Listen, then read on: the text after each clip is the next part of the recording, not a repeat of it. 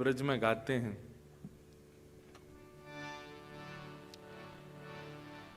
हो काली कमली ने ऐसा रंग डाला कि रंग कोई चढ़ता नहीं। राधा रमण ने ऐसा रंग डाला कि रंग कोई चढ़ता नहीं।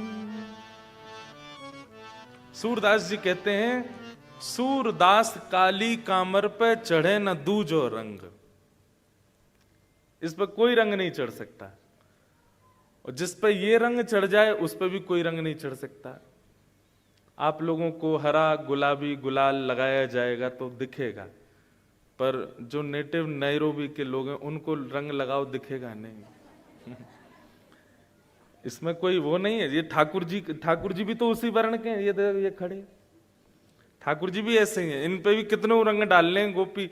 ये होली में सबसे ज्यादा गोपियां चिड़ी रहती हैं। क्यों? ठाकुर जी रंग डालते हैं तो गोपियों में नेक में ही चढ़ जाता है, और ठाकुर जी पे डालते हैं ठाकुर जी को कोई फर्क नहीं पड़ता, क्योंकि ठाकुर जी का वर्ण ही कृष्ण है। हमारे यहाँ का होली उत्सव तो अद्भुत है। तो आज मैं आते ही जब ये देखा, पिछवाई उछवाई सब लाल जी की हैं, तो लाल जी की संग में ही चलती हैं कथाओं में, पर ये काली वाली यहाँ चढ़ी तब से मेरे मन में ये भाव आ रहा था कि देखो, ड्रेस कोड आप सब ने पूछा था, वो कितने चतुर हैं, ऐसा ड्रेस कोड लेके आए जिस पे कोई रंग चढ़ता ही नहीं है।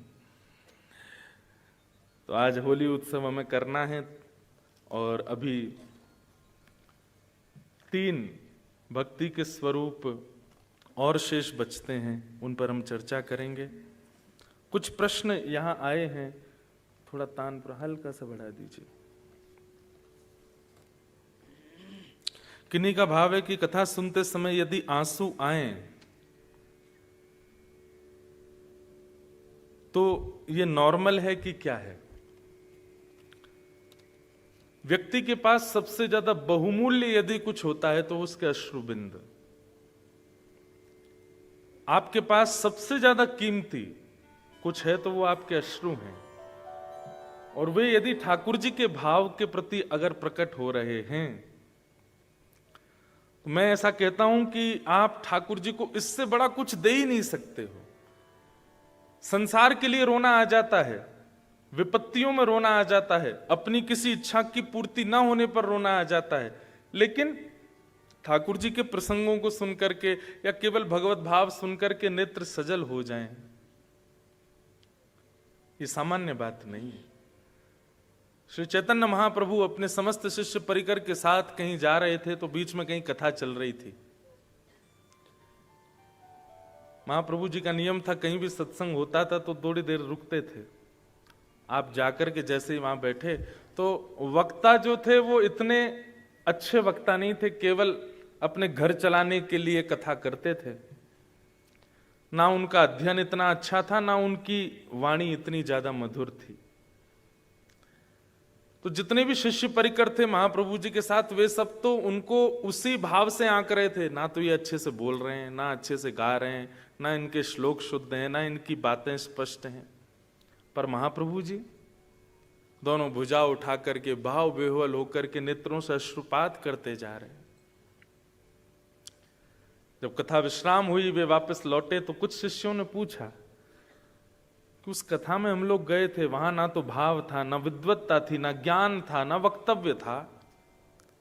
क्षमा करें, आप इतने भाव में विभोर होकर के उस कथा में कैसे रस ले रहे थे? महाप्रभु जी कहते हैं, तुम लोग वक्ता को परखने गए थे, तुम ये जानने देखने गए थे कि वो कितना विद्वान है, कितना जानता है, क्या बोलता है, क्या नहीं बोलता है। ये सब करने के लिए कथा में गए थे। हमारी स्थिति तो ऐसी थी, जब जब वे कृष्ण बोलते थे तब तब ठाकुर जी का कोई रूप दिखने लग जाता था, और वही रूप चित्त में बैठ करके आनंदित करने लगता था। प्रेम बेहुवल चित्त हो जाता था, नेत्रों से नीर बहने लग जाते थे। महाप्रभु जी के उस भाव को सुन करके उनके शिष्यों को बड़ा अपने ऊपर खेद हुआ कि हम क्या कथा सुनते हैं।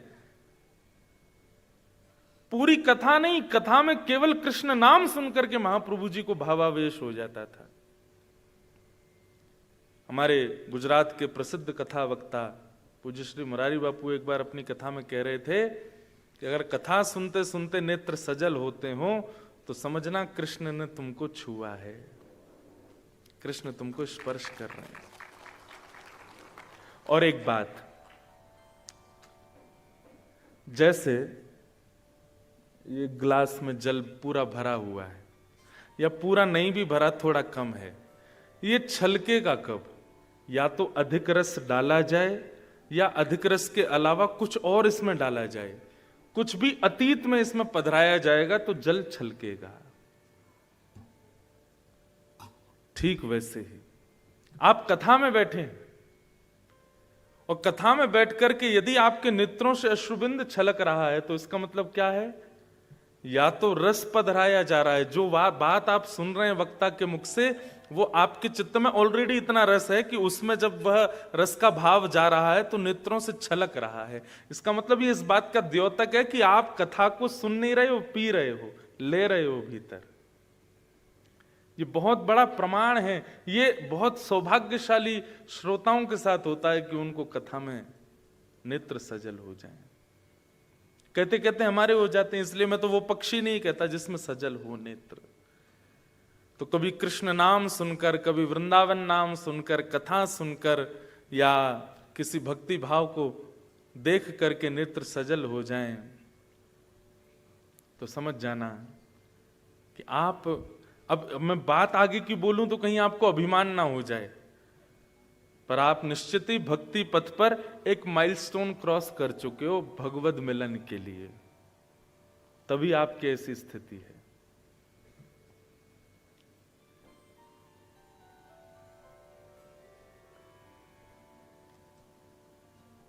अनेक भाव हैं,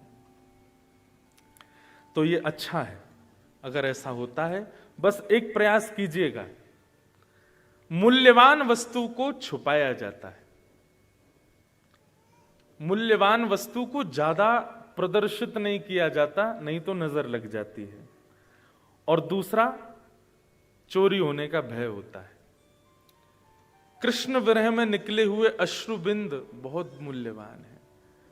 अगल बगल वाले, आगे पीछे वाले आपके भाव को नहीं समझेंगे। वो हो सकता है आपके प्रति क्या भावना रखते हो, इसलिए प्रयास कीजिए कि जब यह ऐसी स्थिति हो तो या तो सिर झुका लीजिए या नेत्र बंद कर लीजिए, कैसे भी करके किसी को दिखे ना, क्योंकि आपका भाव प्रदर्शन ना मान लिया जाए।